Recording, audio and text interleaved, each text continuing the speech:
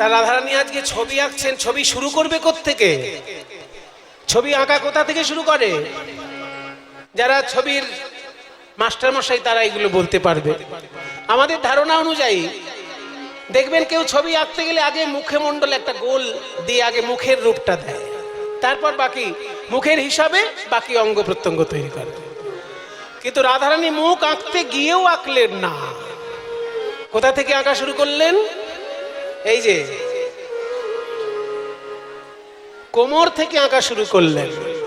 কিবা আঁকিয়া সে কোটি পরাইল ধটি, কত না যতনে প্যারি। আঁকিয়া সে কোটি পরাইল ধটি, কত না যতনে প্যারি। ধনিয়া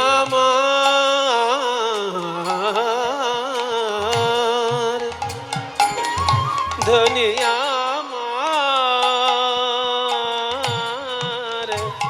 ধনিয়া ও আঁকিয়া সে কোটি পরাইল ধটি, কত না যতনে প্যারি। ললিতা বলে, ওগো রাধে, তুই তো গুরু ধরে অঙ্কন বিদ্যা শিক্ষা করেছিস, চিত্র অঙ্কন তুই গুরু ধরে শিখেছিস। আস্তে এলো পাথাড়ি যদি কেউ শেখে কিছু বলার কিছু ছিল না। যারা কীর্তন না শিখে কীর্তন গায় তাদেরকে কিছু বলার নেই, কারণ তাদের চরম দুর্ভাগ্য, তারা শিখতেই পারলো না। আর যারা কীর্তন শিখেও কীর্তন না গায় তাদেরকে তো যা খুশি বলা যায়। রাধারানীকে বলছেন, সখীগণ কিরে, তুই তো গুরু ধরে শিখেছিস ছবি আঁকা, তুই এরকম করছিস কেন?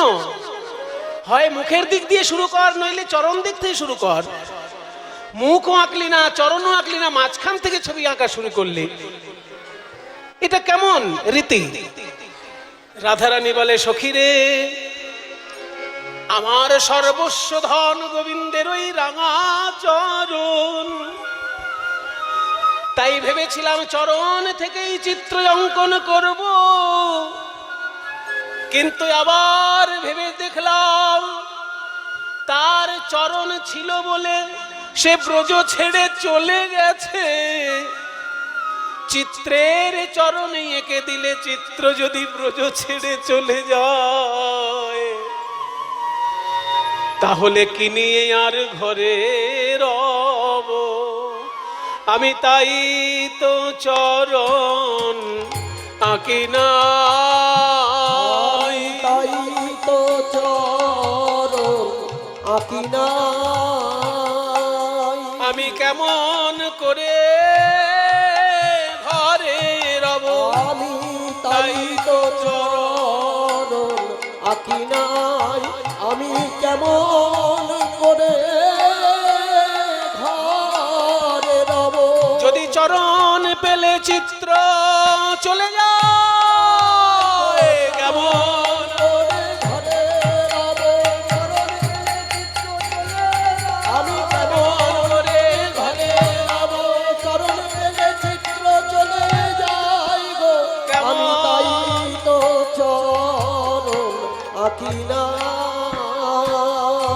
এইবার নাভি সরোবর আঁকিল, তারপর কতহু যত্ন করি। যেই নাভি অঙ্কন করেছে কোমরের পর, সখীরা বুঝে গেল ছবিটা উপরের দিকেই যাবে, কারণ কোমরের পর যদি হাঁটু আঁকতো তাহলে জানতে হবে নিচের দিকে যাচ্ছিল, কিন্তু যেহেতু কোমরের পর নাভি অঙ্কন করেছে তাহলে ছবিটা আবার উপরের দিকে যাচ্ছে।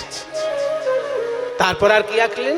বাহু দুটি আঁকি ছলো ছলো আঁকি, মুরলি দিল সে করে।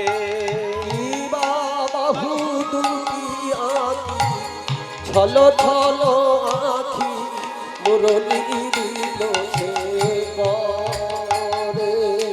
বলে একবার তেমন করে বাঁশি বাজাও, একবার তেমন করে বাঁশি বাজাও। তুমি আর দেখা দাও বা না দাও, তেমন করে বাঁশি বাজা।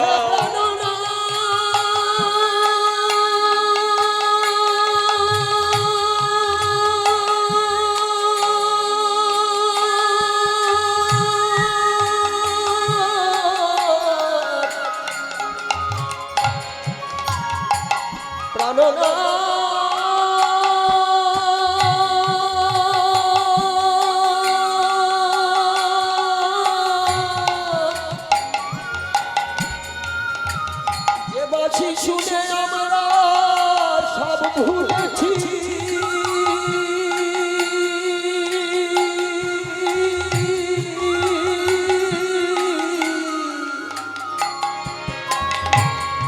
আমাদের দেহ মন প্রাণ জীবন যৌবন ওহে প্রাণনা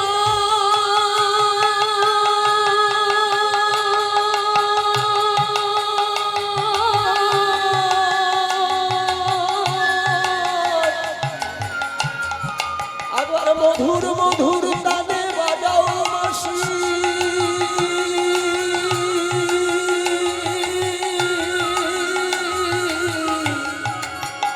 প্রাণনা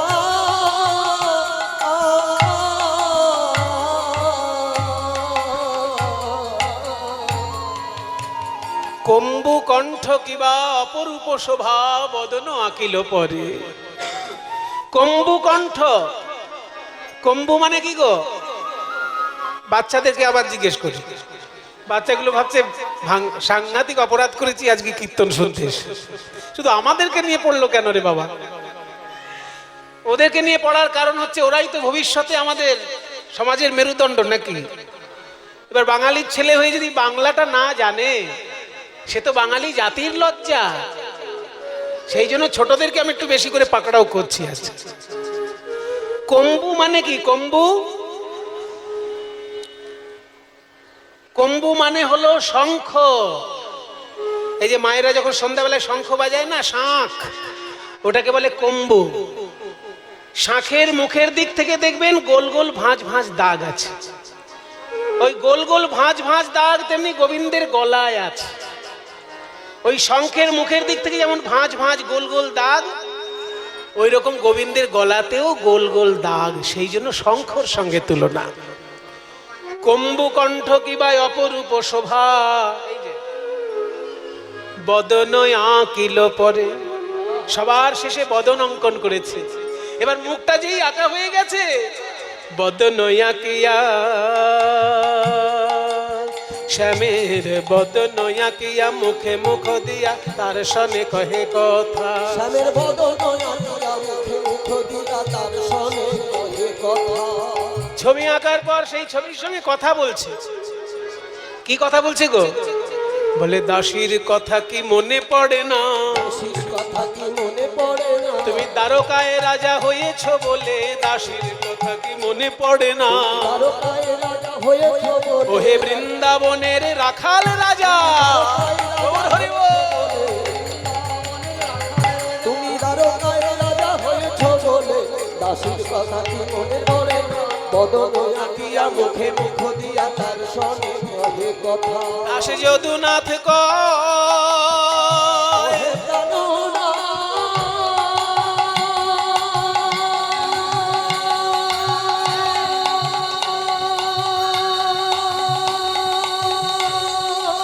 গুরদা দি গুরদা দি গুরদা দি গুরদা। একবার এসে দেখে যা,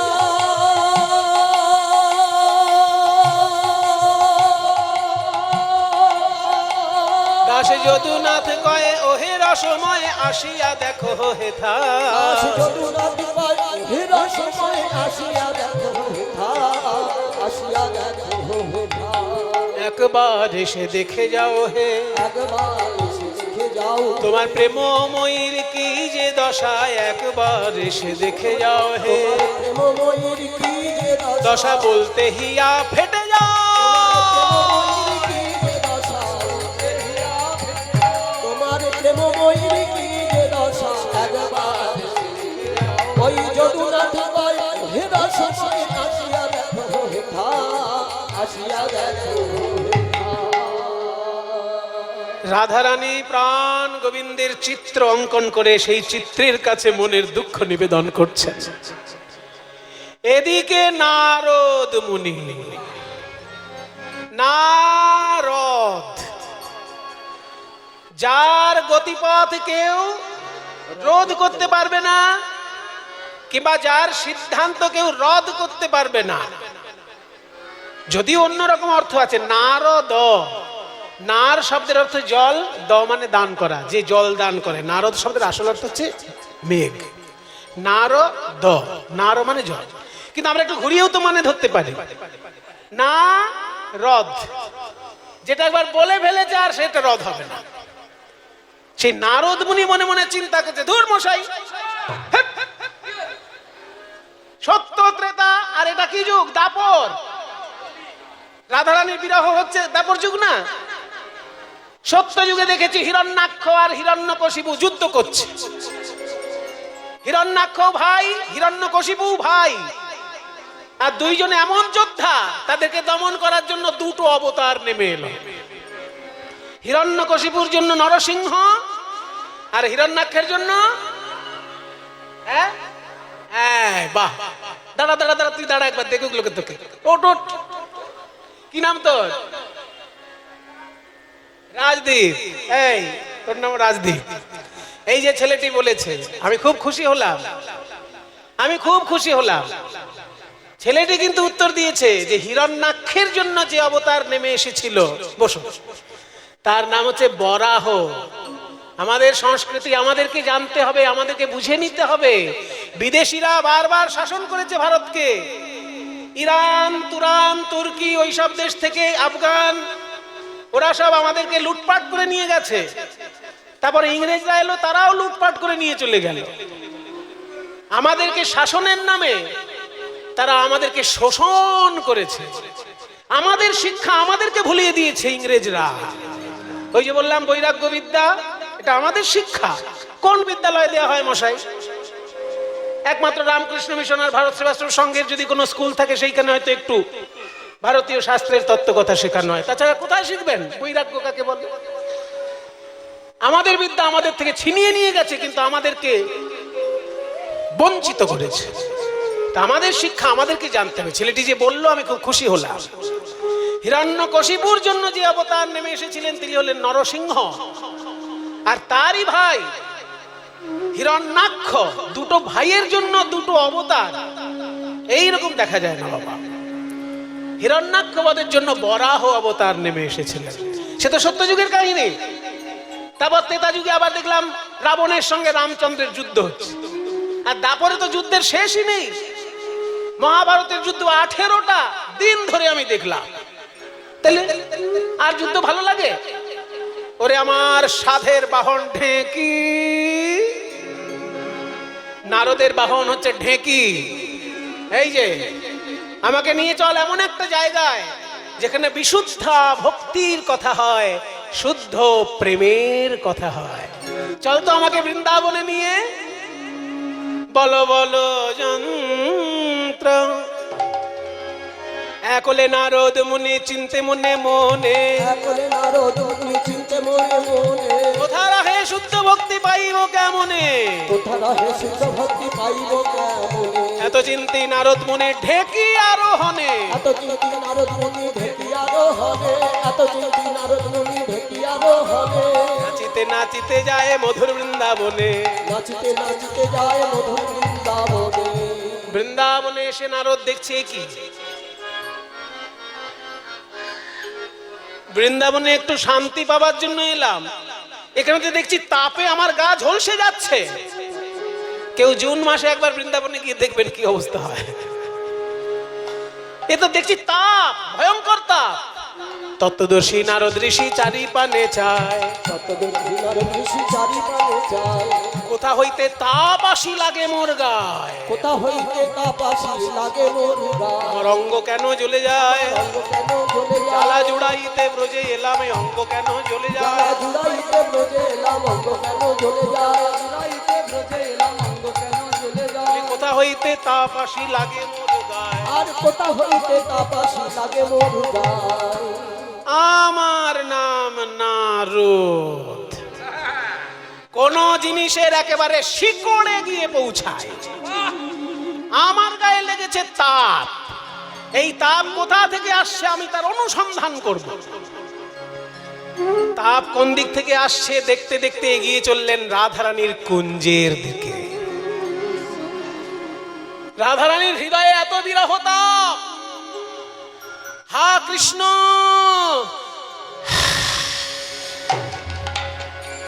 কৃষ্ণ বলে যখন একটা দীর্ঘ শ্বাস ফেলছেন, তাপ করে আগুন জ্বলে যাচ্ছে, এত বিরহ তাপ। এই দৃশ্য দর্শন করে নারদ মুনির বড় ব্যথা পেলে।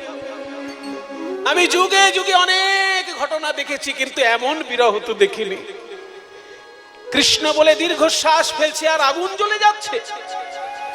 আমার প্রাণ যখন কেঁদে উঠেছে রাধার বিরহ দর্শন করে, এই বিরহের আমি মিলন ঘটাবই।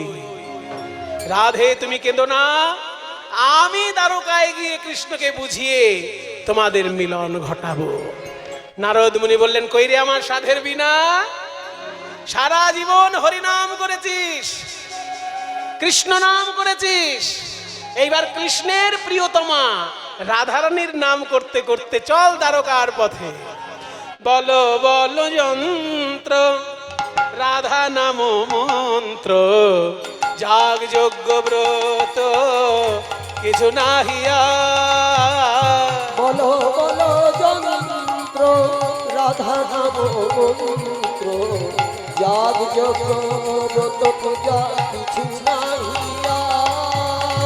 বলো বলো যন্ত্র রাধা নাম মন্ত্র, যাগ যজ্ঞ ব্রত কিছু নাহিয়া। বলো বলো বিনে রাধা নাম বিনে, বলো বলো বিনে রাধা নাম বিনে, বলো বলো বিনে রাধা নাম বিনে। এই ত্রিভুবনে কিছু নাহিয়া। বলো বলো যন্ত্র রাধা নাম মন্ত্র, বলো রাধে জয় রাধে জয় রাধে জয় রাধে জয় রাধে জয় রাধে জয় রাধে।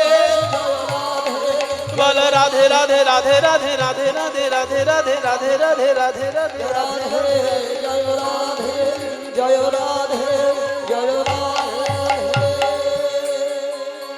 সোনার সিংহাসনে বসেছিলেন কৃষ্ণচন্দ্র, চমকে উঠলেন।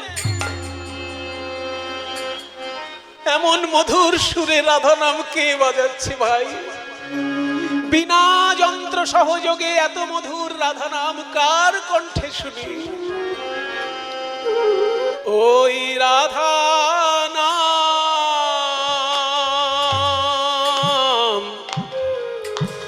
রাধা নাম,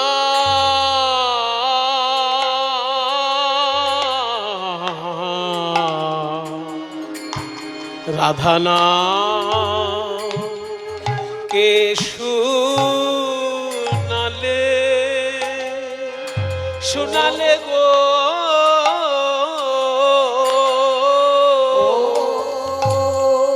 ওই রাধা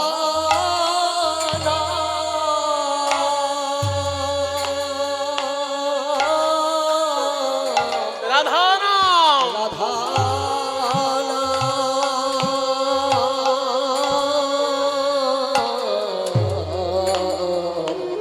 নাম কে শুনালে, শুনালে গো রাধা নাম শুনাইয়া মোর মন, মোর মন প্রাণ জুড়াইলে।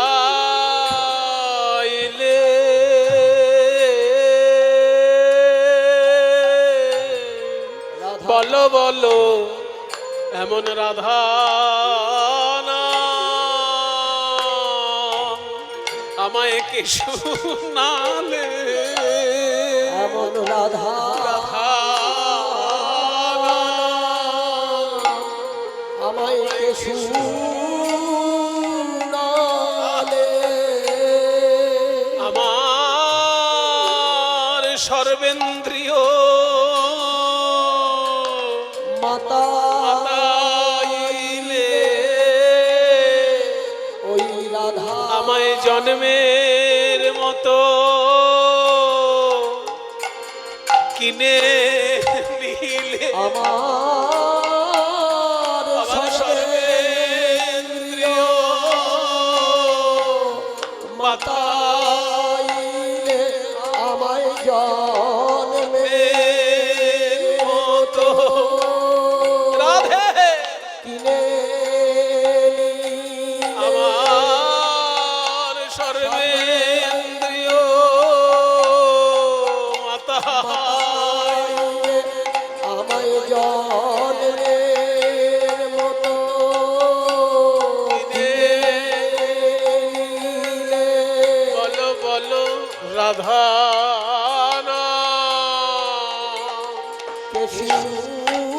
শুনালে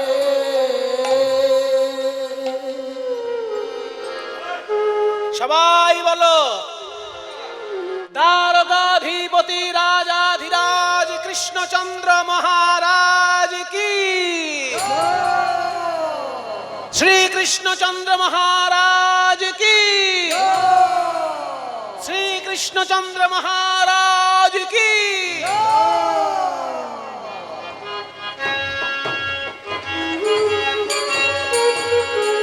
আসুন আসুন দেবর্ষিপাদ নারদ মুনি, আপনি তো সারা জীবন নারায়ণ নারায়ণ বললেন, আজকে আবার রাধা নাম গাইতে গাইতে রাজপ্রাসাদে আসছেন কেন? নারদ মুনি বলছেন সেটা আমার ব্যাপার। আমাকে লোকে বলে আমি ভাবের ঘরের বাবাজি, আমার যখন যেমন ভাব তখন তেমন। হ্যাঁ, আমি কেন কৃষ্ণ নাম করব, আমি কেন রাধা নাম করব, এর জন্য কাউকে কৈফিয়ত দেব? তুমি ভেবো না তুমি কৃষ্ণচন্দ্র বলে একাই ভগবান হয়ে বসে আছো। সত্যযুগ থেকে আমি কত অবতার দেখেছি, অনেক অবতার দেখেছি। তুমি না হয় অবতারের শিরোমণি, কেউ কেউ আবার তোমায় বলে তুমি অবতারী। তা বলে শুনে রাখো, অবতার রূপে যদি কেউ নেমে আসে তার অনেক দায়িত্ব থাকে। তোমার আগে ত্রেতা যুগে রামচন্দ্র যখন অবতার রূপে এসেছিলেন, তিনি কি করেছিলেন? অশ্বমেধ যজ্ঞ করেছিলেন, তাই না? ওই রাবণের সঙ্গে যখন যুদ্ধ করেছিল, সেই সময় রাবণের সঙ্গে যুদ্ধ করতে করতে রামের বিরুদ্ধে রাবণ যুদ্ধ করেছে, রাবণের দলে কিছু ভালো লোকও মারা গেছে, তাই না? সবাই কি খারাপ? একটা বোম যদি পড়ে সেখানে শুধু চোরগুলো মারা যাবে আর সাধুগুলো বেঁচে থাকবে, এরকম হবে কোথাও? চোরও মরবে, সাধুও মরবে একটা বোম যদি পড়ে। তা রাম রাবণের যুদ্ধে অসাধু লোকের সঙ্গে কত সাধু লোকেরও মৃত্যু ঘটেছে। যেমন বিভীষণের ছেলে তরণী সেন, তার ছেলে সারা গায়ে রাম নাম লিখে যুদ্ধ করতে এসেছিল, তাকেও মরতে হয়েছে। সেই প্রায়শ্চিত্ত স্বরূপ রামচন্দ্র করেছিলেন অশ্বমেধ যজ্ঞ। কিন্তু তুমি যে এত বড় যুদ্ধ বাঁধিয়ে দিলে কুরুক্ষেত্রে, তুমি কোন যজ্ঞ করলে? যদি বলো যুধিষ্ঠির, যুধিষ্ঠির যজ্ঞ করেছে, যুধিষ্ঠির ফল পাবে, তুমি কি যজ্ঞ করলে? তাই আমার যদি পরামর্শ শোনো, তুমি একটা যজ্ঞ করো। ত্রেতায় রামের রাজা ছিল, অশ্বমেধে যজ্ঞ কইল। ত্রেতায় রামের রাজা ছিল, অশ্বমেধ যজ্ঞ কইল। নারদ মুনি, আপনি ভালো পরামর্শ দিয়েছেন আমাকে। আমিও হয়তো এমন কোনো কাজ করেছি যেখানে সাধু লোককেও প্রাণ দিতে হয়েছে। তাহলে আমি যে যজ্ঞ করব সেই যজ্ঞটার নাম কি? অশ্বমেধ না রাজসূয়? বলছে অশ্বমেধ নয়, রাজসূয় নয়, দানব্রত যজ্ঞ হবে এবে। দানব্রত যজ্ঞ হবে এবে। বলে দানব্রত যজ্ঞ তো বাবাই প্রথম শুনছি। হ্যাঁ, ওইটা আমার পরামর্শ। এই দানব্রত যজ্ঞের 3টে মাত্র নিয়ম, এই যে মাত্র 3টে নিয়ম, চেষ্টা করে দেখতে পারেন। প্রথম নিয়ম, শুনো বলি হে রাজন, ত্রিভুবন নিমন্ত্রণ। শুনো বলি হে রাজন, ত্রিভুবন নিমন্ত্রণ। নিমন্ত্রণ সবারেই করিতে হইবে, নিমন্ত্রণ সবারে করিতে হইবে। ত্রিভুবন নিমন্ত্রণ করতে হবে। ত্রিভুবন মানে স্বর্গ, মর্ত, পাতাল। এই তিনটে ভুবনে নিমন্ত্রণ করার পর যারা নিমন্ত্রণ পেয়ে আসবে তাদেরকে যে যা চাইবে তাই দিবে, সবার আশা মিটাইবে। যে যা চাইবে তাই দিবে, সবার আশা মিটাইবে। যে যা চাইবে তাই দিবে, সবার আশা মিটাইবে। যে যা চাইবে তাই দিবে, সবার আশা মিটাইবে। সবার আশা মিটাইবে। যে যা চাইবে তাই দিবে, সবার আশা মিটাইবে। দান সবাইকে করিবে হাসি মুখে, দান সবাইকে করিবে হাসি মুখে। সবাইকে দান করবে, কিন্তু দানটা যেন হাসি মুখে হয়। কিছু মনে করবেন না বাবা, বামুনের ঘরে জন্ম নিয়েছি তো অনেকে হিংসে করে। ছোটবেলা থেকে দান নিতে নিতে অভ্যস্ত, কিন্তু কিছু কিছু লোকের মুখের দিকে তাকালে আর দান নিতে ইচ্ছা আছে, দিচ্ছে না দিলেই যেন ভালো। ওই রকম দানে কোনো পুণ্য নেই।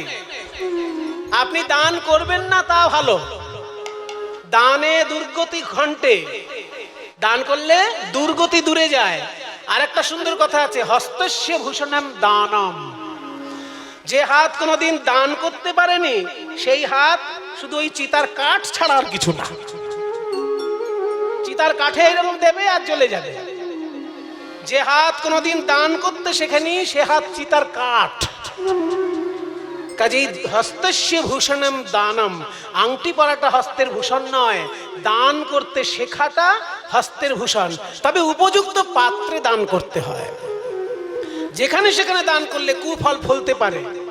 একজন সারাদিন ধরে মঙ্গল চিন্তা করছে, আপনি তাকে দান করলে ভালো হবে, কিন্তু সারাদিন ধরে একজন মদ গিলছে আর তাকে যদি দান করেন, সে তো পরের দিন আবার সারাদিন ডবল মদ গিলবে। যে লোকটা সারাদিন মঙ্গল চিন্তা করে গীতা পাঠ করছে বা চণ্ডী পাঠ করছে, মঙ্গল চিন্তা করে, তাকে আপনি দান করলেন, সে আর একটা গীতা পড়বে বা আর একটা চণ্ডী পড়বে।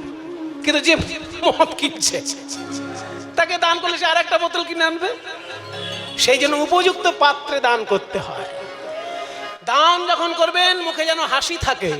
দান সবাইকে করিবে হাসি মুখে, দান সবাইকে করিবে হাসি মুখে। তাহলে প্রথম নিয়ম হলো স্বর্গ মর্ত পাতাল নিমন্ত্রণ। দ্বিতীয় নিয়ম হলো সকলকে দান এবং হাসি মুখে দান প্রোভাইডেড, মুখে যেন হাসি থাকে। 3 নম্বর নিয়ম হচ্ছে যে দান করার পর আরেকটা কাজ আছে, সর্বশেষে দান দিয়া ভিক্ষার ঝুলি স্কন্ধে লইয়া। সর্বশেষে দান দিয়া ভিক্ষার ঝুলি স্কন্ধে লইয়া। ভিক্ষা করি যাবে মন সুখে, ভিক্ষা করি যাবে মন সুখে। দাঁড়ান দেবর্ষিপাদ, আপনার সব কথা বুঝলাম কিন্তু শেষ কথা বুঝলাম না। আপনি বললেন ত্রিভুবন নিমন্ত্রণ করব, চেষ্টা করব কেউ যাতে বাকি না যায়। আপনি বললেন সকলকে দান করব, মুখে হাসি থাকবে। হাসি তো আমার মুখে লেগেই আছে আজীবন। ও দান করলেও হাসি, দান না করলেও হাসি। কিন্তু শেষ কথাটা যেটা বললেন, দান করার পর তাদের কাছেই গিয়ে আবার আঁচল পাতবো, এইটা তো একটা হাস্যকর কথা হলো। মনে করুন এই যে আপনারা মা কালীর জন্য সবাই দান করলেন, থালার উপর যে যেমন পারলেন দান করলেন। এখনই যদি আপনারা কমিটিকে কি বলেন যেটা দিয়েছি সেটা ফেরত দেন, তো কমিটির ভালো লাগবে? বলবে মশাই আপনার মতন লোক যেন জীবনে কীর্তন শুনতে না আসে। তাহলে আমি দান করলাম, আবার আমি তাদের কাছে কি আঁচল পাতবো? লোকে তো আমাকে নিয়ে হাসি ঠাট্টা করবে। শুনুন মহারাজ, আপনি লোকের কাছে চাইবেন, কিন্তু হাস্যকর ভাবে কেন চাইবেন? মনে করুন আপনি রাজা মানুষ, আপনি 1 কোটি টাকা কাউকে দান করলেন। রাজা গজার ব্যাপারই আলাদা। আপনি যদি গুরুদেবকে দক্ষিণা দেন 100 টাকা দিলেই আপনার বুকের ভিতরটা টিপ টিপ করবে। কিন্তু প্রধানমন্ত্রী যদি গুরুদেবকে দক্ষিণা দেয় কি দেবে? একেবারে ব্ল্যাঙ্ক চেক। गुरुजी आपके चरणों में न्यौछावर कर दिया हूं, अपने हिसाब के अनुसार लिख लीजिए। তাই না? তাহলে আপনি যখন দান করবেন 100 টাকা দেবেন, কিন্তু প্রধানমন্ত্রী যদি কাউকে দান করে সে তো কোটির উপরে গল্প। সেই জন্য আপনি যাকে দান করবেন, মনে করুন 1 কোটি টাকা দিলেন, তারপরে তার কাছে হাত পেতে বলবেন 1টি টাকা ভিক্ষা দিন। 1 কোটি টাকা দেওয়ার পর কেউ যদি 1 টাকা ভিক্ষা চায়, কেউ হাসবে? বলে না, কেউ হাসবে না। কিন্তু আমি চাইবো কেন? বলে চাইলে আপনারই মঙ্গল। আপনি যখনই 1 কোটি টাকা দেওয়ার পর 1 টাকা ভিক্ষা করবেন, আপনার দানের অহংকার দূরে যাবে। দানের অহংকার দূরে যাবে, অহংকার দূরে যাবে। যখন দান করে ভিক্ষা করবে, দানের অহংকার। যেই 1 টাকা ভিক্ষা করে ফেললে তুমি, আর কোনোদিন বুক বাজিয়ে বলতে পারবে না, জানেন আমি আমাকে 1 কোটি টাকা দিয়েছি, বলতে পারবেন না। 1 কোটি দিয়েছি, তার কাছে 1 টাকা ভিক্ষাও নিয়েছি। তাই অহংকারটা আপনার থাকবে না। বাহ, এ তো সাংঘাতিক সুপরামর্শ, খুবই ভালো লাগলো। তাহলে এখন কি করি? বলে এখন চিঠি লিখুন, চিঠি লিখতে থাকুন, ভুল করবেন না। প্রথম চিঠি কাকে লিখতে হয় জানেন? ওই যে মা কালীর চরণ তলে যিনি শুয়ে আছেন। প্রথমে শঙ্করে পরে শঙ্করী রে,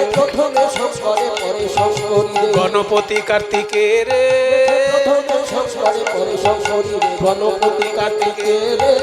সে যে পদ্মজনী লক্ষ্মী বিনা পানি,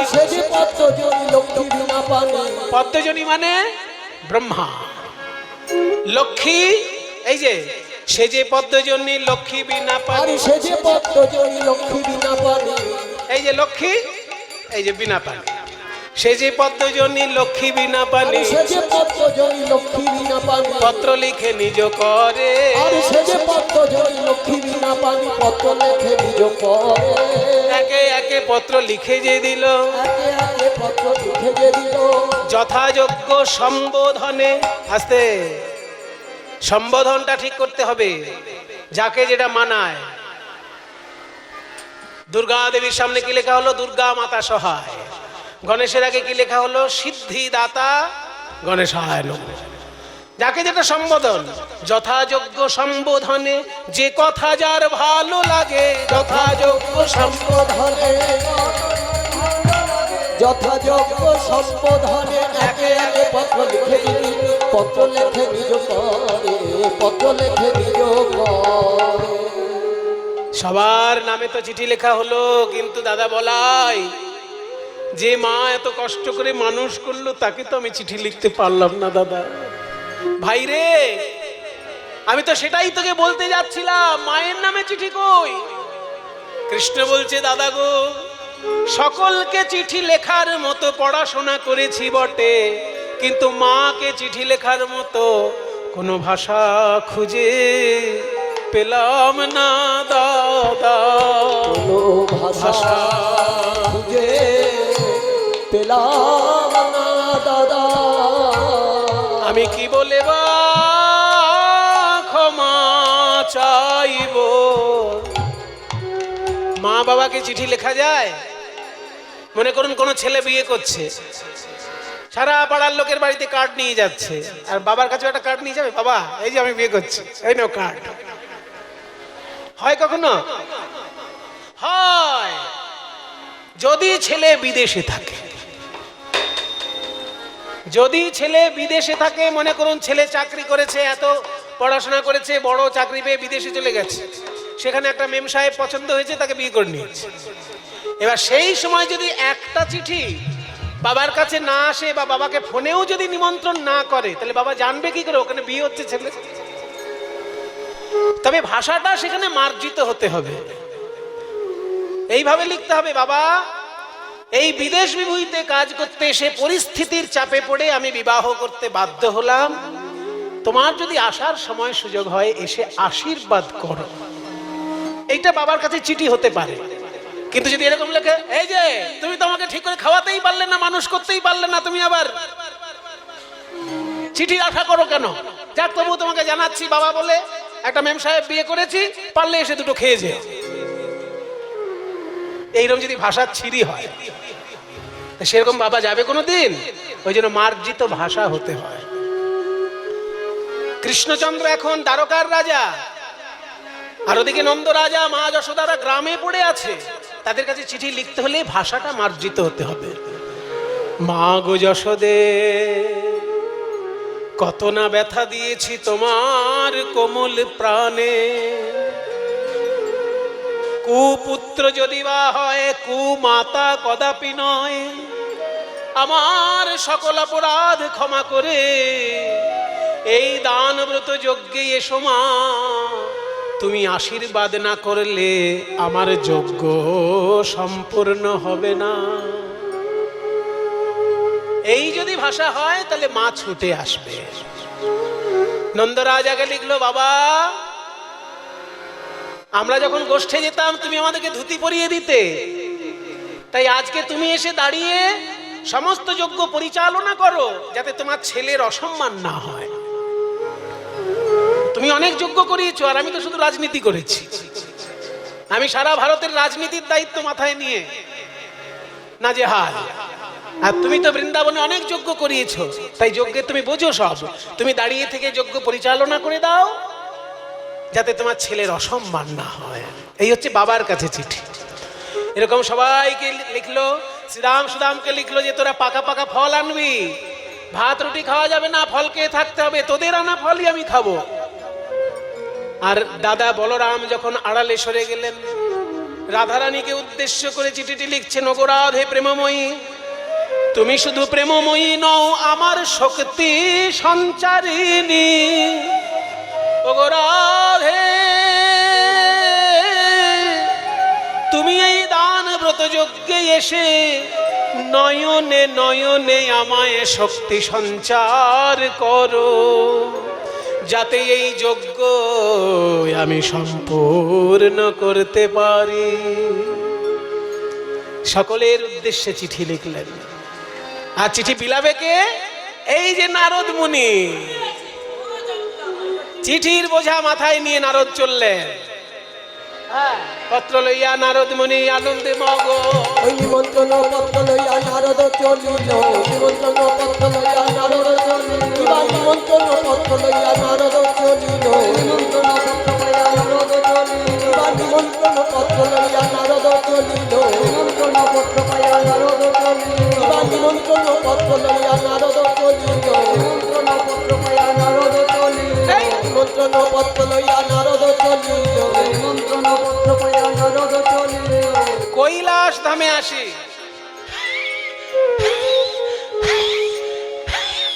হাঁপিয়ে গেছে। কৈলাস তো পাহাড়ের উপর না। কৈলাস ধামে আসি উপনীত হলো, কৈলাস ধামে আসি উপনীত হলো, দেবাদিদেব হর হর মহাদেব, নমঃ পার্বতী পতে হর হর মহাদেব।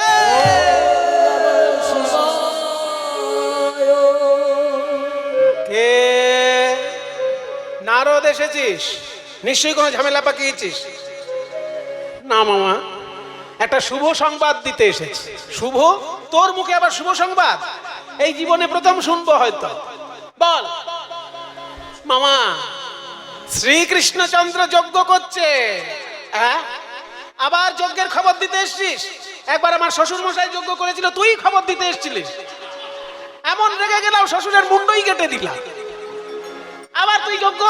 না মামা, তোমার শ্বশুর মশাই যখন যজ্ঞ করেছিল তোমাকে তো নেমন্তন্নই পাঠায়নি, কিন্তু এবার কৃষ্ণচন্দ্র যে যজ্ঞ করছেন প্রথম নিমন্ত্রণ পত্র তোমার নামে। পড়ে দেখো, লেখা আছে সাঙ্গ পাঙ্গ সঙ্গে করে আসবেন। তাহলে সাঙ্গ পাঙ্গ কে তোমার? নন্দী ভৃঙ্গি, ডাকিনী যোগিনী, ভূত। তাহলে ভূত প্রেত সবাইকে নিয়ে যাবে।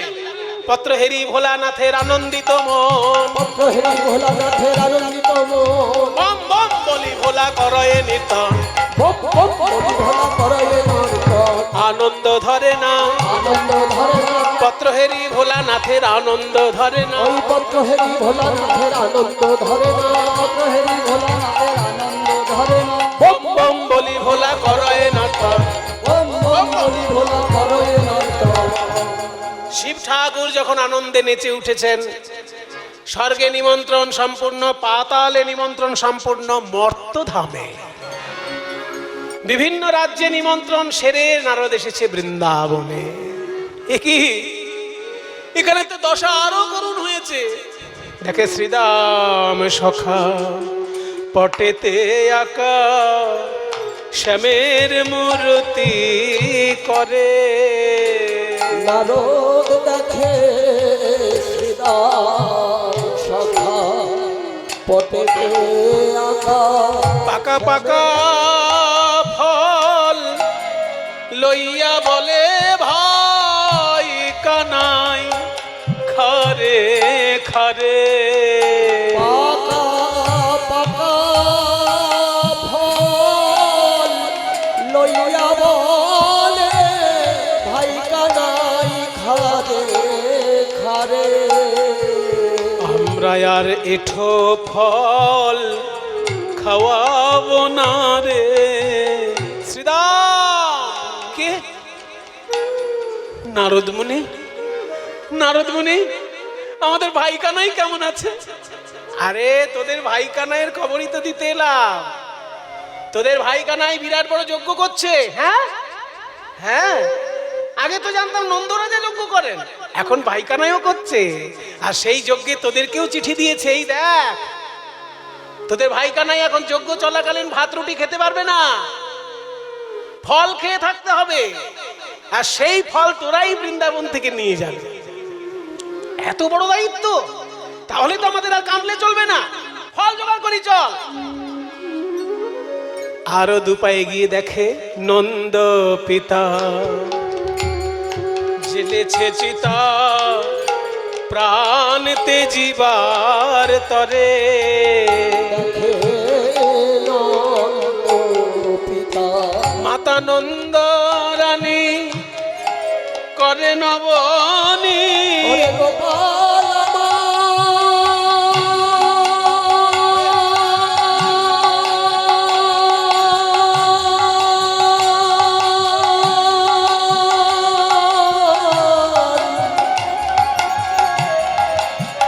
একবার ফিরে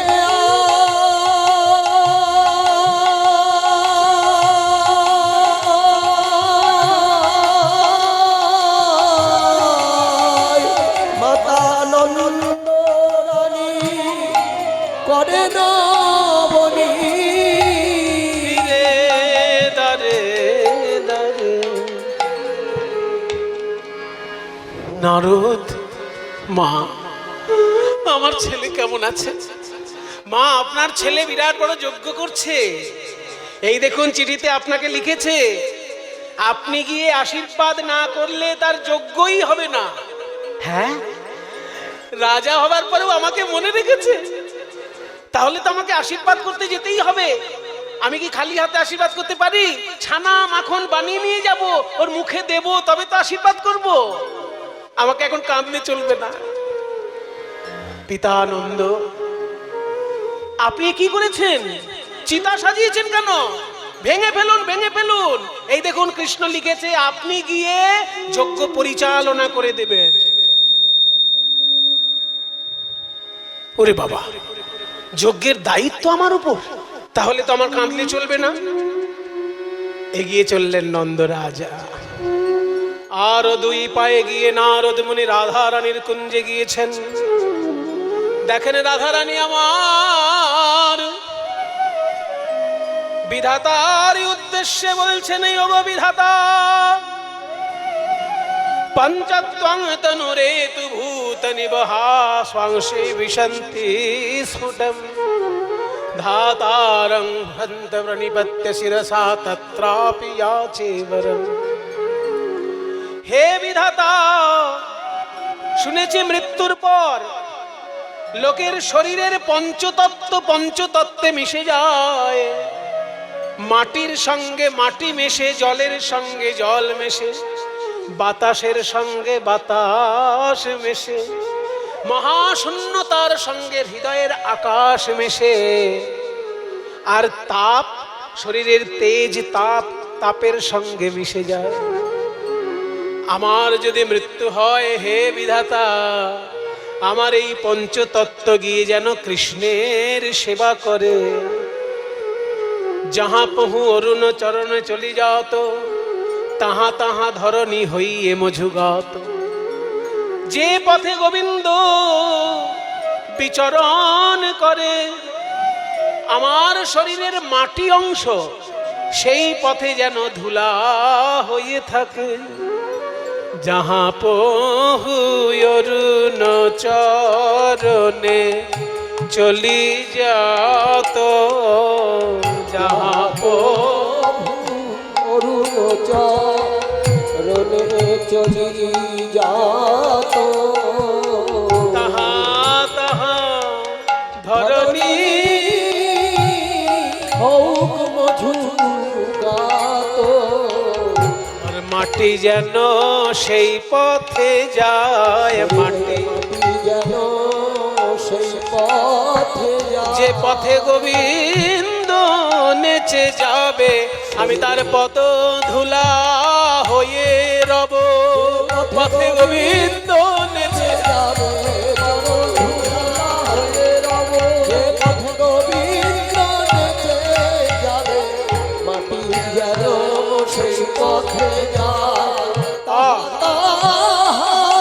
ধরণী হোক মধুগাত। আমার শরীরের জল কোথায় যাবে না? যে সরোবরে গোবিন্দ নিত্য স্নান করেন, আমার শরীরের জল যেন সেই জলে মিশে গিয়ে তাকে স্নান করিয়ে দেয়। মরুত, আমার শরীরের বাতাস, যে পাখা দিয়ে গোবিন্দ হাওয়া খায়, সেই পাখায় মিশে গিয়ে যেন আমার শরীরের বাতাস তাকে সেবা করে। তেজ, আমার যে তাপ, আমার যে জ্যোতি, সেই জ্যোতিটা যেন কৃষ্ণ যে আয়নায় মুখ দেখে, সেই আয়নায় মিশে গিয়ে কৃষ্ণের মুখটাকে উজ্জ্বল করে তোলে। আর আকাশ, শরীরের ভেতরে যে ফাঁকা ফাঁকা জায়গাগুলো, সেই ফাঁকা জায়গাগুলো আকাশের অংশ। এই আকাশটা গিয়ে ওই আকাশে মিশবে যে আকাশের নিচে গোবিন্দ থাকবে। যাহা পহু ভরময়ী জলধর শ্যাম মধুয়ঙ্গ। আমার শরীরের বাতাস, আমার শরীরের আকাশ, মধু অঙ্গ গগন জাত ছুটাম। যে আকাশের নিচে গোবিন্দ বিচরণ করবে, আমার শরীরের আকাশ যেন সেইখানে যায়। ললিতা বলছে, তাহলে সেবা করবি কি করে আকাশ হয়ে? বলে, আমি মেঘ হয়ে ছায়া ধরবো, মেঘ হয়ে ছায়া ধরবো, ছায়া ধরবো। আর তাপিত অঙ্গ শীতল হবে, আমার অঙ্গের ছায়া লেগে।